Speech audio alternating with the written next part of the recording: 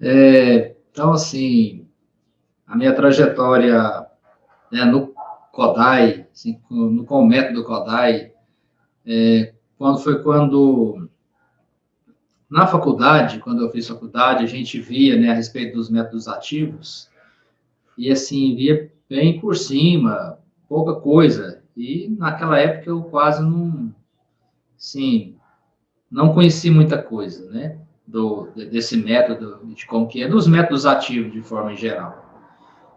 E foi em 2017, né, em julho, quando o Ian Guest veio ministrar um curso aqui em Goiânia, e era um curso de harmonia, e juntamente com o curso de harmonia, ele também estava falando a respeito do método Kodály. De manhã ele falava de harmonia e improvisação, né, criação musical, e à tarde ele falava do Kodály.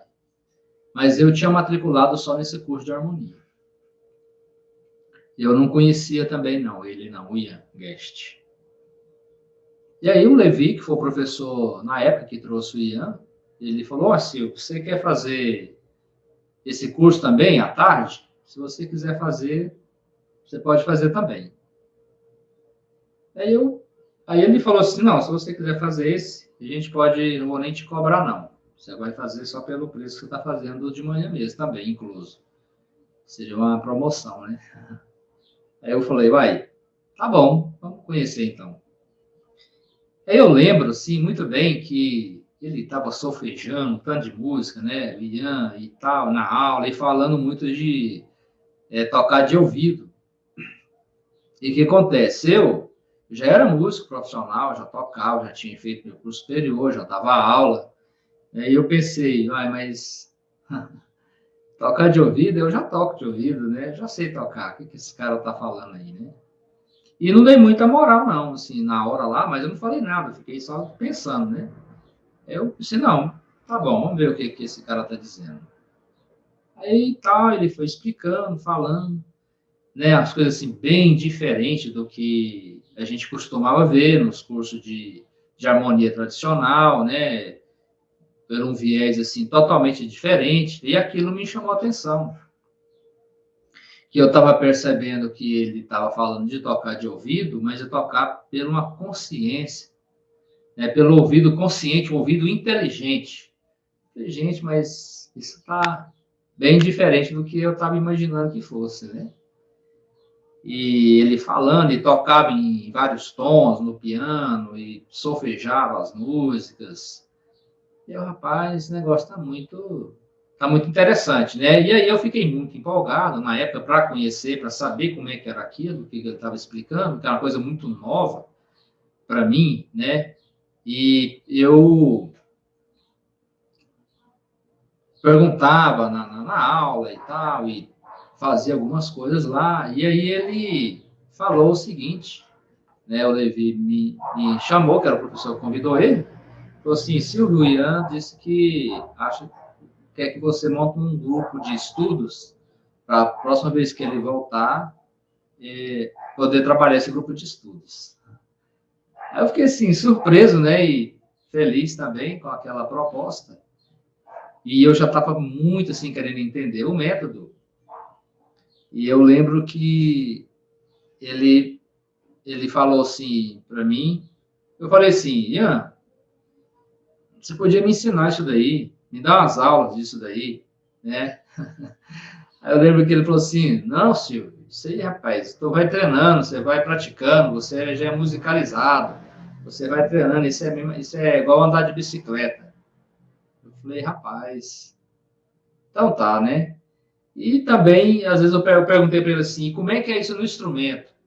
Ele falou, não, o instrumento é visceral, isso aí você vai...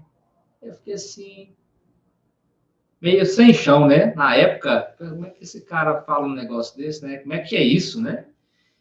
E a partir daquele momento, eu comecei a estudar a técnica em si, né? O solfejo, né? Fazendo alguns estudos e tendo a orientação dele também, do Ian Guest, por e-mail. E eu lembro que tinha uns 333 exercícios, que é do Kodály, né?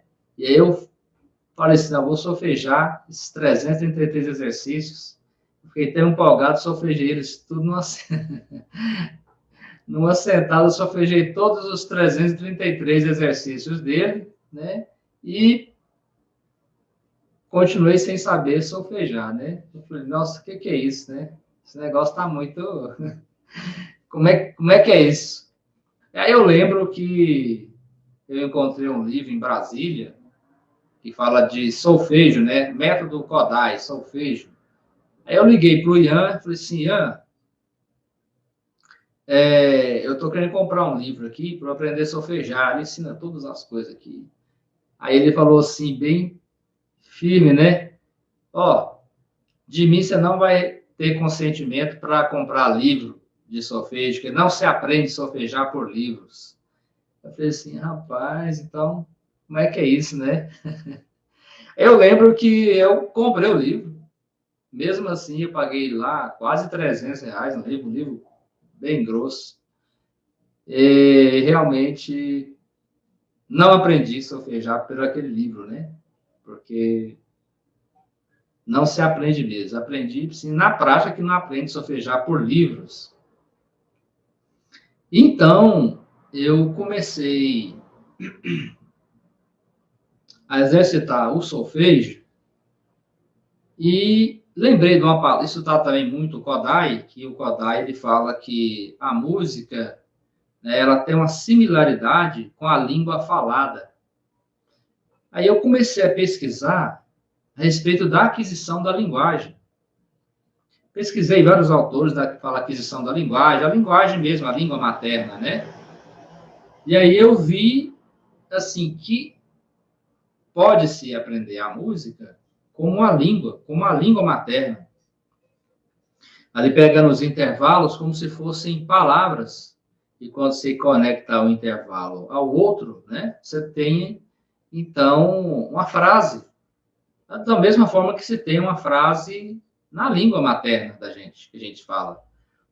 E isso foi uma descoberta muito importante para mim, eu examinando dessa forma, né, dentro desses ensinos do método Kodai.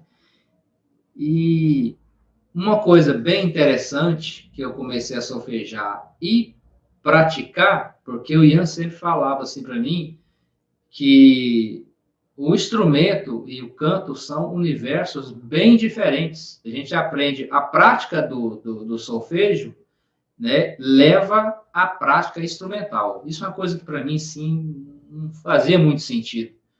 Não, mas tem que praticar, tem que tocar, como é que é isso, né?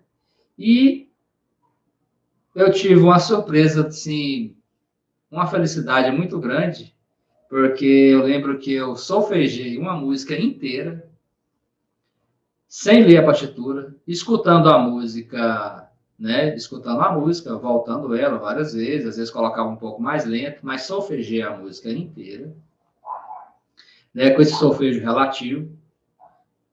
E daí eu fui para o sax tocar a música e eu fiquei, sim, muito surpreso e uma felicidade muito grande, porque eu fui para o instrumento e toquei a música.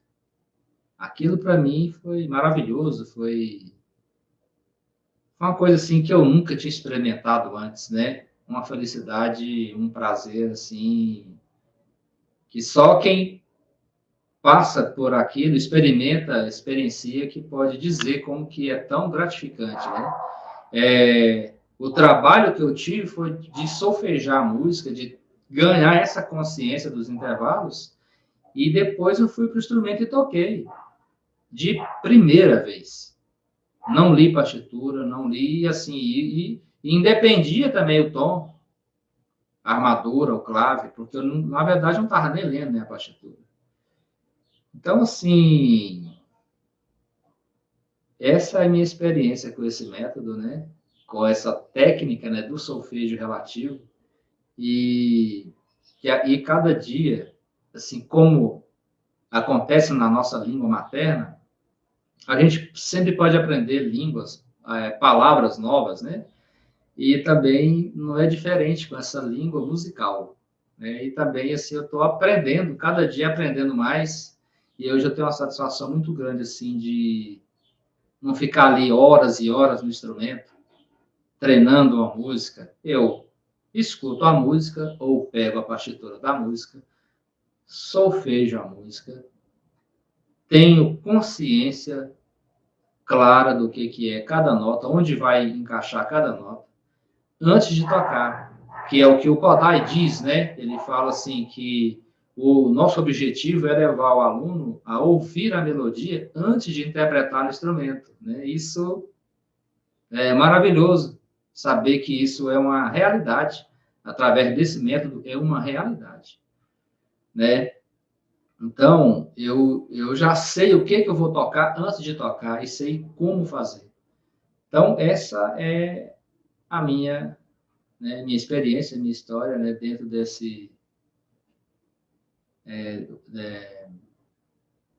com esse método, né, com esse método Kodály, e especificamente com essa técnica do solfejo relativo. Isso não vale só para tocar a melodia do instrumento, como também improvisar. Improvisar, porque é uma língua, né? O instrumento é apenas, funciona como se fosse um lápis na mão de quem é alfabetizado. Simples assim, né? Então, para mim, é maravilhoso, é singular mesmo esse método.